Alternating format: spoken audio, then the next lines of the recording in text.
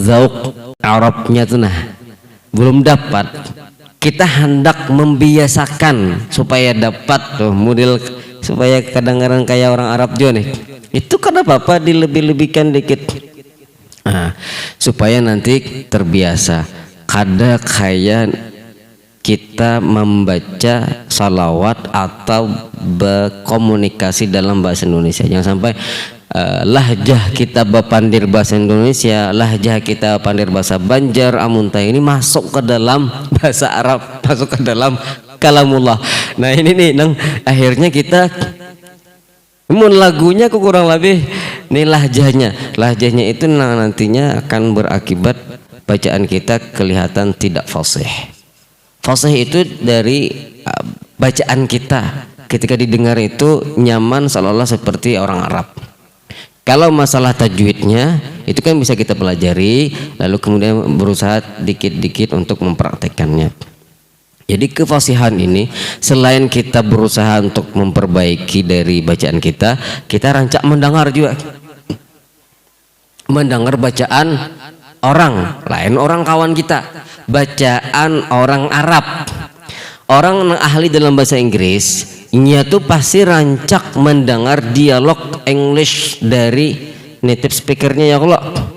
Bila kada juga nang fasih bener nang kayak orang kayak gitu tuh juga dalam bahasa Arab, apalagi bahasa Al-Quran sering mendengar, jadi kayak kita tuh hendak termotivasi seperti bacaan orang itu. Nah itu kemudian la tatimmu al-kasratu illa bi khafdil fam, tak sempurna kasrah kecuali dengan menyeret sedikit bagian mulut kita ke belakang kayak gini. Bismillahirrahmanirrahim. Nah, jadi kan ada sedikit supaya kita tuh ada beda antara a, u dan i.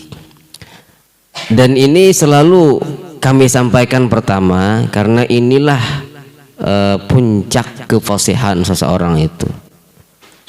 Harakat yang kita ucapkan itu pas. Kita ini banyak harakat kada pas. Iya leh malim, iya. Orang ajam itu rata-rata muskilahnya, problemnya itu adalah tak sempurna mengucapkan harakat. Fathah menurut kita, tak fathah menurut mereka yang ahli bahasa Arab, orang Arab. Kasrah menurut kita, kada menurut mereka, belum sempurna 100%. Nah, ini makanya bagus sekali kalau kita punya kesempatan untuk membaca Al-Quran itu talaki dengan orang Arab langsung, karena dia yang tahu dengan bahasa dia sendiri. Mungkin pernah ulun sampaikan bahwa kayak kami orang Kalua yang berpandai bahasa Kalua, yang walaupun di sini kada ada lawannya nih, pandai bahasa Kalua, ada orang Banjar Baru, orang Amuntai hendak berpandai juga nih bahasa Kalua, biar gapanya belajar. Mun inya pasti ada kasih house itu di manakah kada pasnya. Nang tahu itu siapa? Orang Kalua yang tahu. Walau bihmat benpian manu tambahi lagi itu kada pas, jadi juga orang Kalua nang bujur-bujur pas. Nah itu tuh dalam kita membaca Al-Quran ini. Makanya orang Arab itu senangnya himung kalau bacaan kita orang Indonesia ini bagus. Jadi ya, aduh, orang yang mempelajari huruf itu nggak cukup dengan sehari, 2 hari, 3 hari, seminggu, sebulan, sampai akhirnya mampu membaca dengan fasih, mampu hafal pulang. Nah itu bagi orang Arab itu luar biasa sekali. Bahkan mereka akan ta'zim, ihtiram, memuliakan sekali, menghargai sekali kepada kita lebih daripada orang Arab sendiri, karena orang Arab ini bahasanya kayak itu, sudah kayak itu. Jadi tidak sesusah kita dalam seperti itu. Dan usahakan dalam baca Al-Quran itu kita tuh keluarkan yang terbaik dari kita, sepasih-pasihnya. Marah tadi itu muntung tah piro-piro itu apa Pak dalam masa-masa pemula itu ya, belajar. Nah termasuk tak sempurnanya kita mengucapkan fathah, dhammah, kasrah dan sukun tadi, kita itu memahami fathah itu ya a nang huruf a tuh bang, a-nya banyak, a. Padahal fathah itu bukan a. Nah, orang Arab itu tidak memaknai fathah itu a. Jadi dulu ada waktu kami masih jaga restoran di Mesir. Jadi dulu sekitar 2 tahun Ustaz kami itu berdiam di asrama. Asrama itu dibangun oleh para alumnus Al-Azhar, para donatur-donatur yang ingin berkhidmat kepada mirathun Nabi, pewaris Nabi, kan para penuntut ilmu, khususnya orang-orang wafidin, orang-orang yang bukan orang Arab, kita orang asing. Jadi waktu itu kita mendaftar, kebetulan diterima.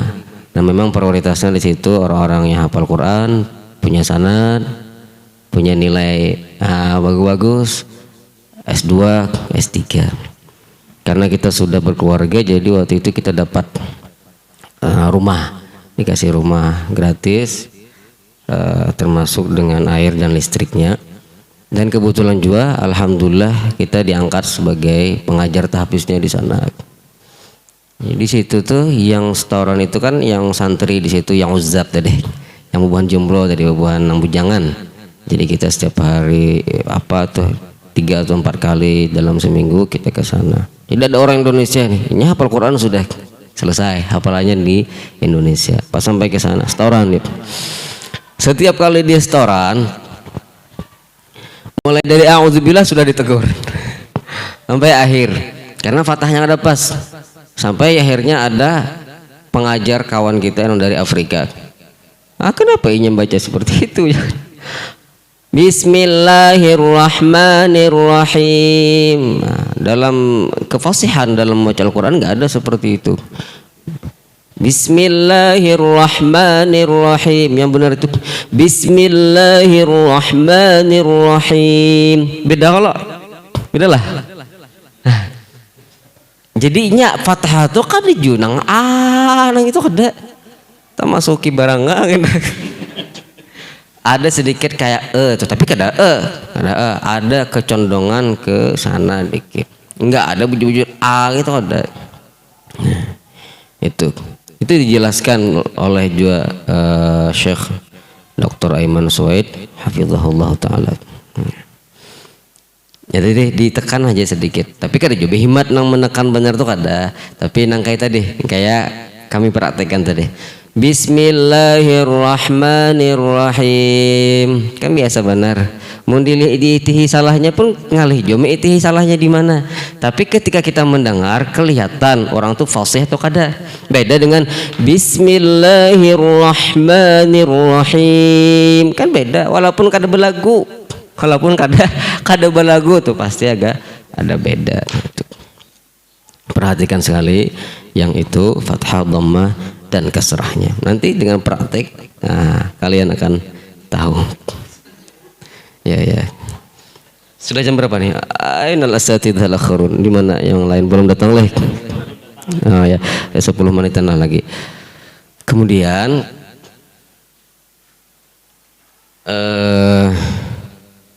di sini ada nih. Ini sering saya baca kitab ini, Taqwimul Lisan bi Tilawatil Quran. Pelurusan, pembenaran lisan dalam baca Al-Quran. Jadi beliau merangkum setelah melihat dan mendengar bacaan para qari, para imam, masyarakat, mana saja yang kira-kira banyak salahnya, di mana aja dikumpulkan sini, dan beliau cari solusinya dan sampaikan juga detailnya di mana salah-salahnya. Dan membaca Al-Quran inilah sebarataan bisa salah. Sabarataan bisa salah. Nang mengajar salah, nang diajar salah. Nang kibar ulama besar, ulama ahli qiraat pun bisa salah. Siapapun bisa salah. Makanya syarat pas benar 100% bacaan kita itu pada saat talakinya itu. supaya dapat ijazah nih, supaya bumpian dapat sanad nih, bersambung. Ketika setorannya itu bujur, salah jarlon. Maliki yaumiddin, masih dibaca maliki yaumiddin, maliki yaumiddin. Beberapa kali ngulang, hanyar pas. Nang pas gitu nang dihitung. Lah, hanyar lanjut. Jadi mudah aja, jangan terlalu dianggap susah jadi beban kena. Jadi kada tak keluar anu yang the best tuh kada tak keluar. Nah. Jadi bisa saja salah siapapun itu. Menit ini bujur dan belum tentu menit yang akan datang bujur. Menit ini salah belum tentu juga nanti menit yang akan datang salah lagi. Nah itulah Al-Quran. Kada kegampangan. Itulah ahli Al-Quran itu Allah muliakan di dunia dan di akhirat. Di sini ada disebutkan di mukaddimah luar biasa yang disebut di dalam kitab Nihayatun Nihayah karangan Imam Ibnul Jazari rahimahullah, dinukil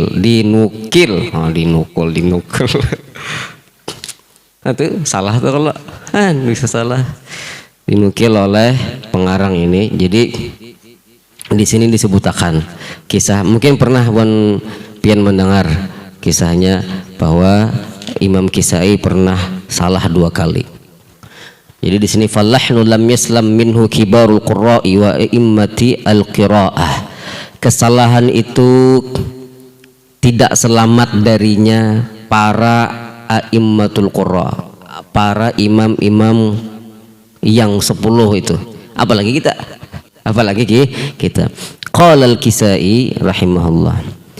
Imam Kisai ini kan bukan cuma ahli qiraat, beliau ahli lughah, ahli bahasa Arab. Shallaitu bir Rasyid fa'ajabatni qiraati. Saya pernah salat menjadi imam di masjid yang di belakangnya ada Imam Khalifah Harun Ar-Rasyid. Fa'ajabatni qiraati, dan beliau kagum dengan bacaanku. Faghalittu fi ayatin ma akhta'a fiha sabiyyun qat. Dan saya pun salah di ayat yang anak kecil pun nggak salah di situ. Bayangkan begitu. Dan beliau dengan ketawaduannya, dengan amanah ilmiah beliau, hakun haja menukil ini, menyampaikan ini sampai ke kita, sampai akhir zaman, sampai hari kiamat ini, kalimat ini. Orang tahu jadinya bahwa Imam Kisai suah salah. Mun kita bang suah gagal, kisahkan orang supan. Suah rancak ditagur-tagur salah waktu setoran, terus dikisahkan lawan anak, lawan misalkan anak murid supan.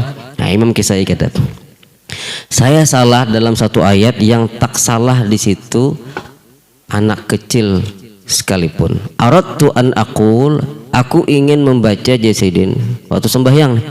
Wala'allahum yarji'un. Faqultu, tabaca wala'allahum yarji'in. Seharusnya yarji'un jadi yarji'in. Fa wallahi Jasidin, demi Allah, majtara'a Harun Ar-Rasyid an yaqula li akhta'ta. Khalifah Harun Ar-Rasyid tak berani mengatakan kepadaku Anda salah wahai Imam Kisai. Enggak berani Khalifah Harun Ar-Rasyid karena kedudukan Imam Kisai yang luar biasa, ulama. Walakin akan tetapi lamma salam tu, pada aku saat salam selesai sembahyang, qala li, beliau berkata, ayu lughatin hadhihi, wajah namana pulang ini nala'allahum yarji'in ini nah, wajah namana, padahal jelas-jelas salah gitu, jelas-jelas salah. Qultu, aku berkata jadi Imam Kisai, ya Amirul Mukminin, qad ya'surul jawad.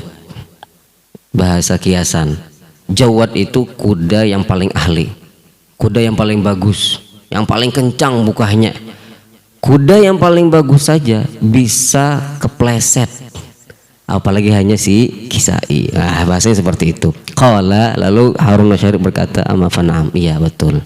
Kama lahanal Kisai marratan fi qawlihi ta'ala ana aktsaru minka fanasaba aktsara.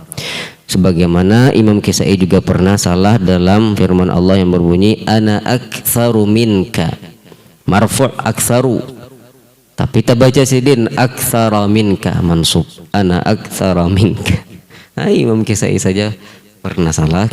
apalagi kita. Bukan berarti kita harus salah terus pulang, ada juga harus diperbaiki. Tapi kita lihat salahnya Imam Kisai di sini kan bukan salah tajwid, ya nggak? Salahnya bukan tajwid, tapi hanya salah baris lawan salah i'rab situ, yarji'in lawan yarji'un. Wallahu alam bissawab.